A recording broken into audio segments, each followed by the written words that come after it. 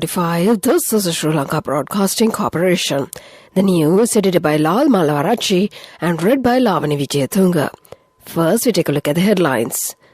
A high-level U.S. delegation will visit Sri Lanka today. Permission has been granted to import 10 essential items through the open accounts. The Minister of Power and Energy says fuel shipments will be further delayed. Schools in the cities and suburbs will function as usual on Tuesday, Wednesday and Thursday next week. The sale or use of rice or paddy for animal feed has been prohibited. Special credit facility has been planned for NRFC holders. And in news overseas, Russia promises Belarus nuclear-capable missiles. And in sports news, 80-member Sri Lankan squad was named for the two-match test series versus Australia. Those are the headlines, and now more to the details of the local news. A high-level delegation representing the U.S. Department of Treasury and the U.S. Department of State will visit Sri Lanka from today to Wednesday, the U.S. Embassy in Colombo announced.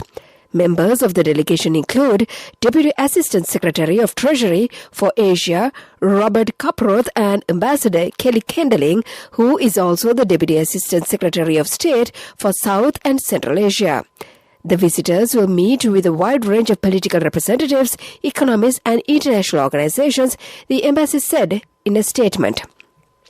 In all their meetings, they will explore the most effective ways for the U.S. to support Sri Lankans in need, Sri Lankans working to resolve the current economic crisis, and Sri Lankans planning for a sustainable and inclusive economy for the future, the U.S. Embassy said further in the statement. Permission has been granted to import 10 essential items including rice, sugar, wheat flour and dal through open accounts, the Minister of Trade says. Permission will be given with effect from 1st of July. The other essential items include big onions, potatoes, dried chilies and dried sprouts. Power and Energy Minister Kanchana Wijayasekara said that the Petroleum Corporation has informed him that the suppliers had confirmed that petrol, diesel and crude oil shipments to arrive earlier this week and next week have communicated their inability to fulfill their deliveries on time due to banking and logistics reasons. Until the next shipments are at port and unloaded, public transport, power generation and industries will be given priority. Limited stocks of diesel and petrol will be distributed to limited stations throughout next week and request to the public not to queue up for fuel, he tweeted. At the moment, CPC is unable to confirm the arrival dates of the shipments with the new developments, he said. This is the news from the Sri Lanka Broadcasting Corporation. And we continue with more local news. The Ministry of Education announces that schools in the cities and suburbs which remained closed last week will function as usual on Tuesday, Wednesday and Thursday next week. According to the statement issued by the ministry, primary sections of these schools will function at the discretion of the respective principals. Meanwhile, the schools where students, teachers and principals are not affected by the transportation issues are instructed to continue in-person lessons. However, if any teacher is facing transportation issues, the principals are allowed to make flexible timetables for them. The Consumer Affairs Authority has issued an extraordinary gazette notification prohibiting the sale or use of paddy for animal feed production. This order issue came under the Section 10(1)(b)(2) of the Consumer Affairs Authority Act No. 9 of 2003 and came into effect from yesterday. Accordingly, Consumer Affairs Authority has issued an order that no importer, manufacturer, trader or distributor shall import, sell, store, transport or distribute, buy or purchase any rice or paddy directly for the manufacturing of animal feed or otherwise as an ingredient for the manufacture of animal feed. And to conclude the local news, the headlines once again. A high-level U.S. delegation will visit Sri Lanka today. Permission has been granted to import 10 essential items through open accounts. The Minister of Power and Energy says fuel shipments will be further delayed. Schools in the cities and suburbs will function as usual from Tuesday, Wednesday and Thursday next week. The sale or use of rice or paddy for animal feed has been prohibited. A special credit facility has been planned for the NRSC holders. And that was the local news. The main news story is brought to you by Siddhalepa Vedamahatmya. The main news story for this morning, a program has been formulated to provide a special credit facility for foreign exchanges remitted by Sri Lankan expatriate to licensed commercial banks. Following a proposal submitted by Transport, Highways and Mass Media Minister Dr. Bandula Gunawardena, expatriates who remit funds to non-residential foreign currency accounts, that's NRFC, at any licensed commercial bank will be eligible for an interest-free loan up to 5 times the amount deposited. For example, if a Sri Lankan expatriate sends $100 monthly for 1 year, he or she will have $1,200 in the NRSA account, and the loan of $6,000 can be obtained. All state-owned and private commercial banks have agreed to implement this program at a special discussion held in Colombo recently. And that was the main news story. The main news story was brought to you by Siddhalepa Vedamahatmya. In Washington this morning, the Ministry of Transport has implemented a special program to promote push bicycles as a solution to the current fuel crisis in the country. The ministry is also expected to promote the use of push cycles for school children out of Colombo and people who arrive at the railway stations from their homes to reach Colombo. Measures will also be taken to introduce new lanes for the safety of the cyclists. That came to you in Watchlight, and now let's move on to the headlines of the world news. Russia promises Belarus nuclear-capable missiles. Ukraine says Russia has full control of the eastern city of Severodonetsk.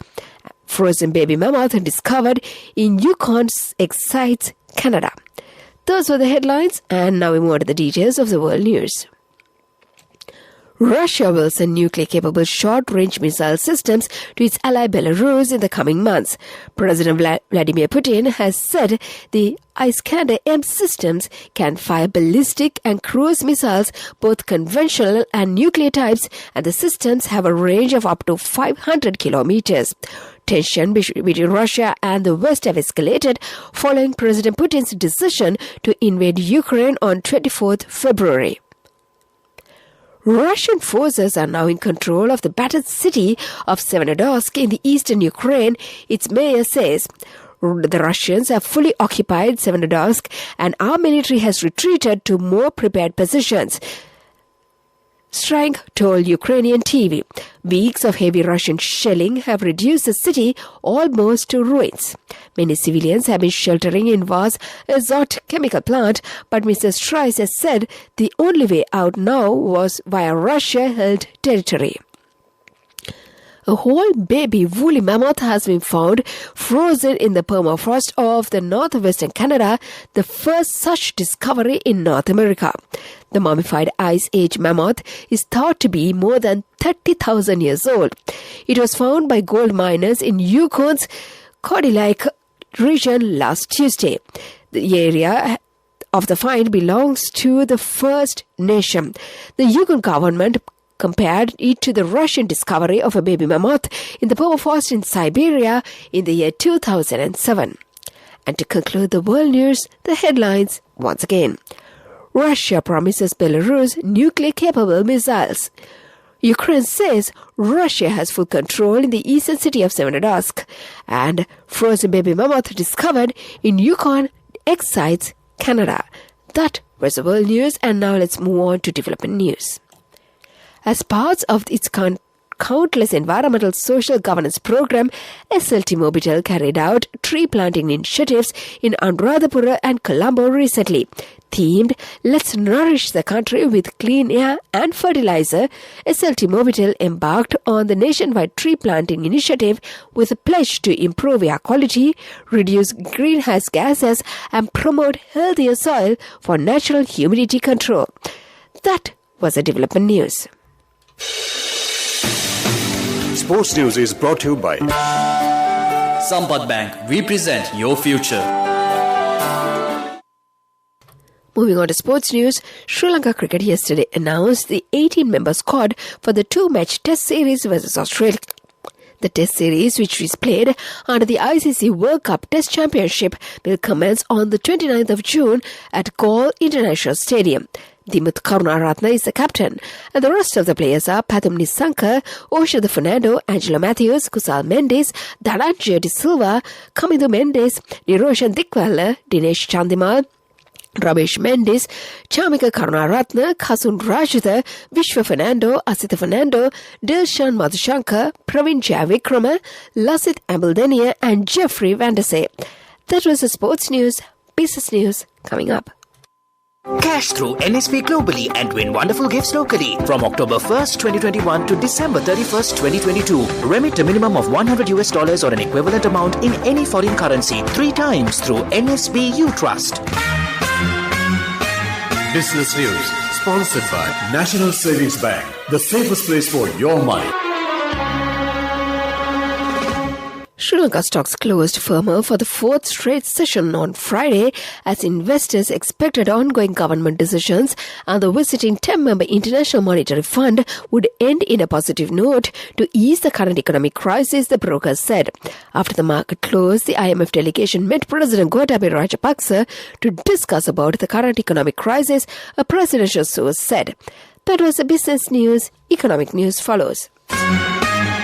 Business news sponsored by Cash through NSP globally and win wonderful gifts locally. Will you be the lucky winner of the NSP Golden Jubilee?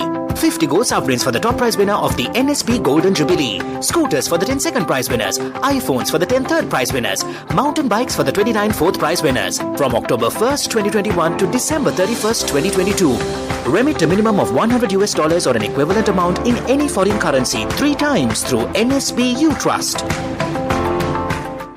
LONC Finance is taking the power of innovation to the next level, winning 5 golds at the Technovation Awards 2022, leading the digital revolution with cutting-edge interbanking digital payments. LONC Finance claims the overall gold award whilst also claiming an extraordinary victory in digital banking. LONC Finance will continue to innovate with the next generation digitalization of financial services, delivering a superior customer experience.